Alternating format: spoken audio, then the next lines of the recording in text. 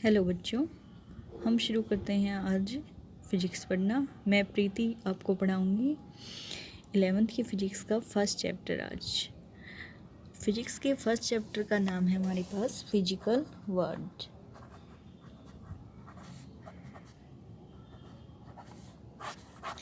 वैसे तो हमारे सिलेबस में फिजिकल वर्ड से काफ़ी कम क्वेश्चन पूछे जाते हैं, लेकिन फिर भी कुछ बच्चों की मेरे पास डिमांड आई है कि उन्हें कॉपी पेन मेथड से पढ़ा हुआ ज़्यादा समझ आता है।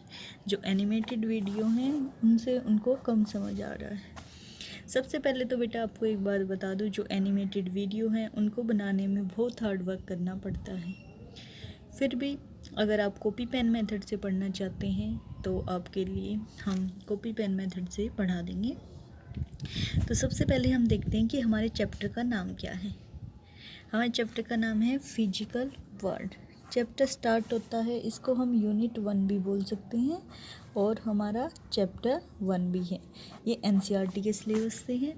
इसमें सिर्फ आपका इंट्रोडक्शन है कि फ़िज़िक्स क्या है, क्यों पढ़ी जाती है, कैसे हम फिज़िक्स को समझ सकते हैं। तो चलिए हम शुरुआत करते हैं सबसे पहले इसके नाम से ही। सबसे पहले हमारे पास एक वर्ड आता है फिजिक्स। हमसे पूछा जाता है कि फिजिक्स क्या है। फिजिक्स देखो, वैसे तो आपने सुना होगा कि आपका घर का पंखा चल रहा है, आपकी बिजली की मोटर चल रही है, आपका जो भी इलेक्ट्रिसिटी है, एसी है, आपका फ्रिज है, टीवी है, सब में क्या अप्लाई है, फिजिक्स है। हवा चल रही है, बारिश हो रही है, बिजली कड़क रही है, सभी में क्या है, फिजिक्स। यानी कि अगर हम सम करें फिजिक्स का तो वो क्या आ जाएगा, study of nature and natural phenomena is known as physics. तो फिजिक्स के अंदर हमारे पास मेनली क्या है, हमें करना है स्टडी। स्टडी मतलब हमें करना है पढ़ाई। किस चीज़ के बारे में पढ़ाई करेंगे हम, नेचर की। तो सबसे पहले जो हमारे पास चीज़ आ गई वो क्या है, नेचर। अब नेचर में क्या है, उसके नेचुरल फिनोमिना है। तो हमारे पास जो भी नेचुरल फिनोमिना हैं उनकी स्टडी करना, और जो भी हमारा नेचर है सराउंडिंग में, उन सब की स्टडी करना क्या कहलाता है, फिजिक्स।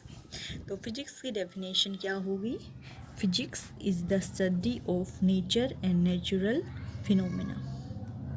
तो आपको डेफिनेशन क्लियर है। अब हम देख लेंगे कि इसकी ब्रांच क्या क्या है।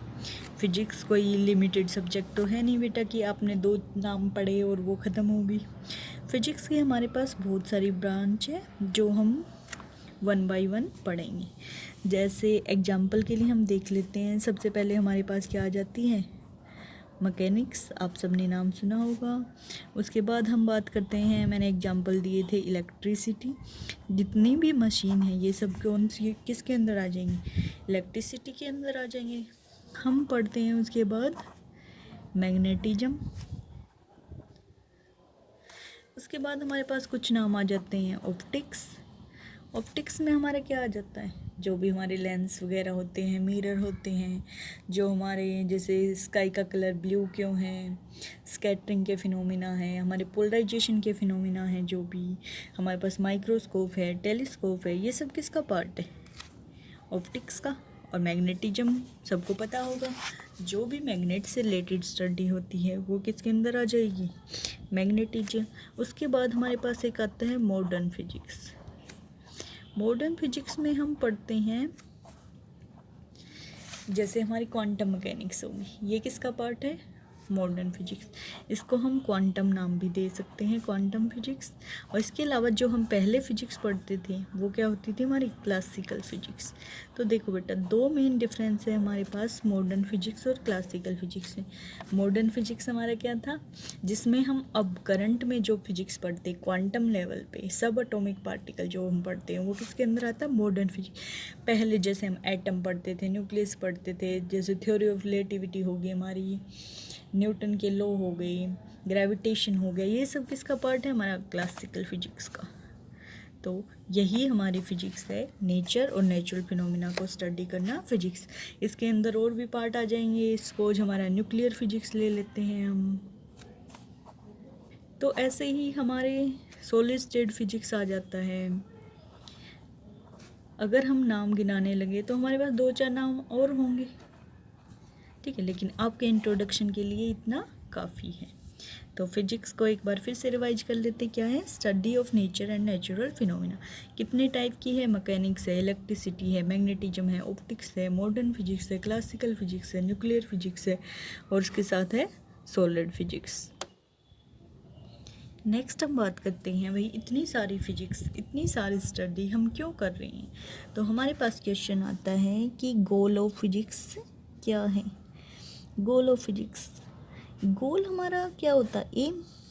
किसी भी चीज़ की अगर हम एम की बात करें या फिर हम गोल की बात करें तो एक ही बात है कि हम उस चीज़ को क्यों पढ़ रहे हैं, हम कहाँ पहुँचना चाहते हैं। तो देखो बेटा, जैसे हमारी स्पिरिचुअलिटी होती है, हम बोलते हैं कि अगर हमें स्पिरिचुअलिटी का पता चल जाए, हम वहाँ तक पहुँच जाए तो हमें हमारे पूरे यूनिवर्स का पता लगा सकते हैं। उसी तरीके से साइंटिफिक मेथड से हम अगर यूनिवर्स की स्टडी करना चाहते हैं तो वो हमारा क्या है, फिजिक्स का गोल है कि टू नो द यूनिवर्स।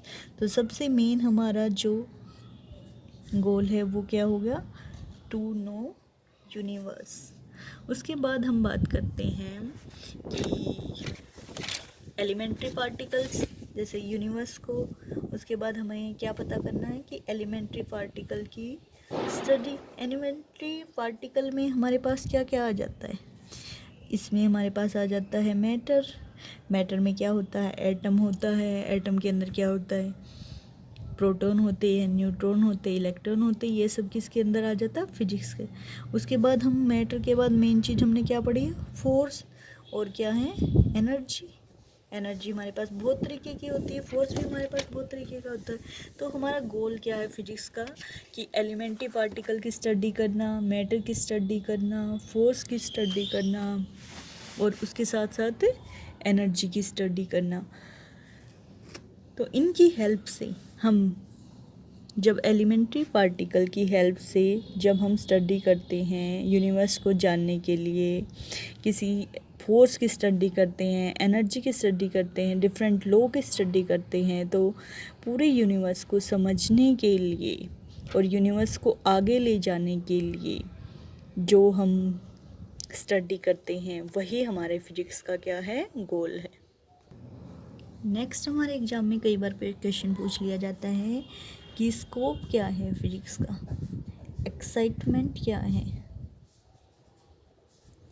तो स्कोप और एक्साइटमेंट में हमारा क्या आ जाता है, फिजिक्स का जो स्कोप है वो बहुत ही वास्ट है।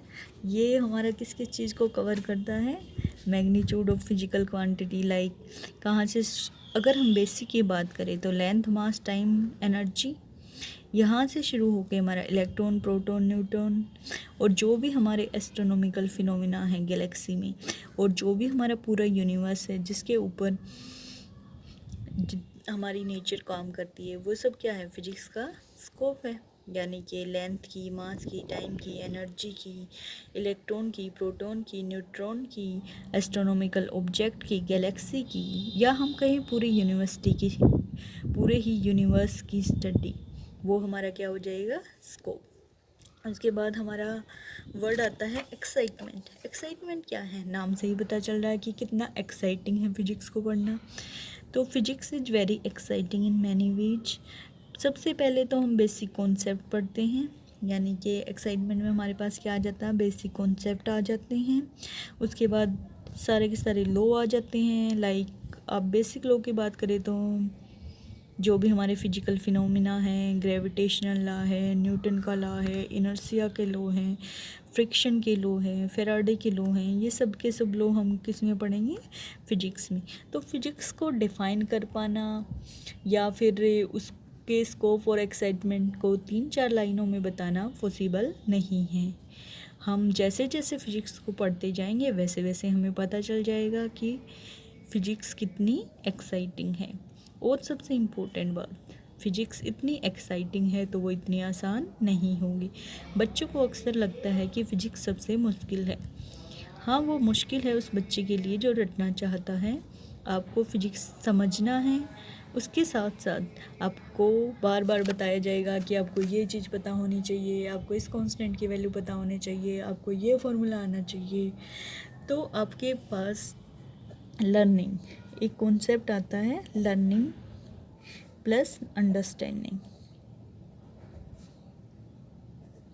तो बेटा जो भी चीज़ हम अंडरस्टैंड करके याद रखते हैं उसको हम क्रैमिंग नहीं बोलेंगे, उसको हम बोलेंगे लर्निंग। तो फिजिक्स पढ़ने के लिए आपको बहुत सारी चीज़ों को याद भी रखना पड़ेगा और बहुत सारी चीज़ों को समझना भी पड़ेगा, तभी हमारी फिजिक्स हमारे लिए क्या होगी, एक्साइटेड होगी। तो ये हमने आज बात कर ली फिजिक्स के एक्साइटमेंट के बाद। उसके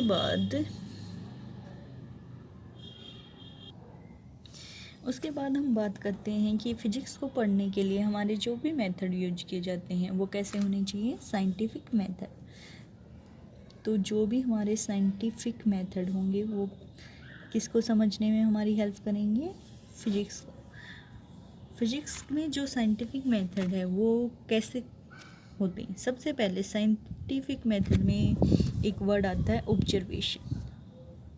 तो शुरुआत कहाँ से होती है, किसी भी चीज़ को ऑब्जर्व करना, उसके बाद हम उस पर क्या देते हैं, ऑब्जर्वेशन पे एक प्रोपोजल देते हैं, या फिर हम कोई भी अपनी एक थ्योरी बना लेते हैं। उसके बाद हम उस थ्योरी पे क्या करते हैं, टेस्ट करते हैं। फिर हम उस टेस्ट को क्या करते हैं, मॉडिफाई करते हैं, यानी कि अगर उसमें कोई कमी है या वो परफेक्ट है या फिर उसमें किसी सुधार की ज़रूरत है तो वो हमारा किसका पार्ट हो जाएगा, मॉडिफिकेशन का पार्ट हो जाएगा। तो सबसे मेन चीज़ हमारी होगी ऑब्जर्वेशन। फिर हमने एक प्रपोजल तैयार किया है, उसके बाद हमने क्या किया है, उस पर टेस्ट किया है। टेस्ट करने को हम एनालाइज पार्ट भी बोल सकते हैं, इसको हम क्या बोल सकते हैं, एनालाइज, यानी कि उस तरीके को जांचना अच्छे तरीके से कि जो हमने थ्योरी या टेस्ट बनाया वो सही है या नहीं। उसके बाद अगर हमें कोई मॉडिफिकेशन करनी है या नहीं, अगर मॉडिफाई होता है तो हम कर देते हैं। उसके बाद जो हमें लास्ट में मिलती है वो क्या हो जाता है, हमारा फाइनल थ्योरी या फिर कोई लॉ बन जाता है। जो प्रपोजल और थ्योरी है इसको हम कई बार बोलते हैं हाइपोथेसिस भी बोलते हैं। हाइपोथेसिस होती है कि जिसके हमारे पास कोई प्रूफ नहीं है लेकिन हमने विदाउट प्रूफ उसको बता दिया है कि ये चीज़ ऐसे होती है, तो वो हमारा किसका पार्ट आ जाएगा, प्रपोजल और थ्योरी और हाइपोथेसिस। तो साइंटिफिक मेथड की मेनली 5 बातें होती है। सबसे पहले ऑब्जर्वेशन, हमें अपने खुले दिमाग से क्या करना, ऑब्जर्व। फिर हमने जो ऑब्जर्व किया उसको एक प्रपोजल या थ्योरी या एक हाइपोथेसिस बनानी है। उसके बाद हमें उसको टेस्ट करना है, यानी कि एनालाइज करना है वो सही है या गलत है।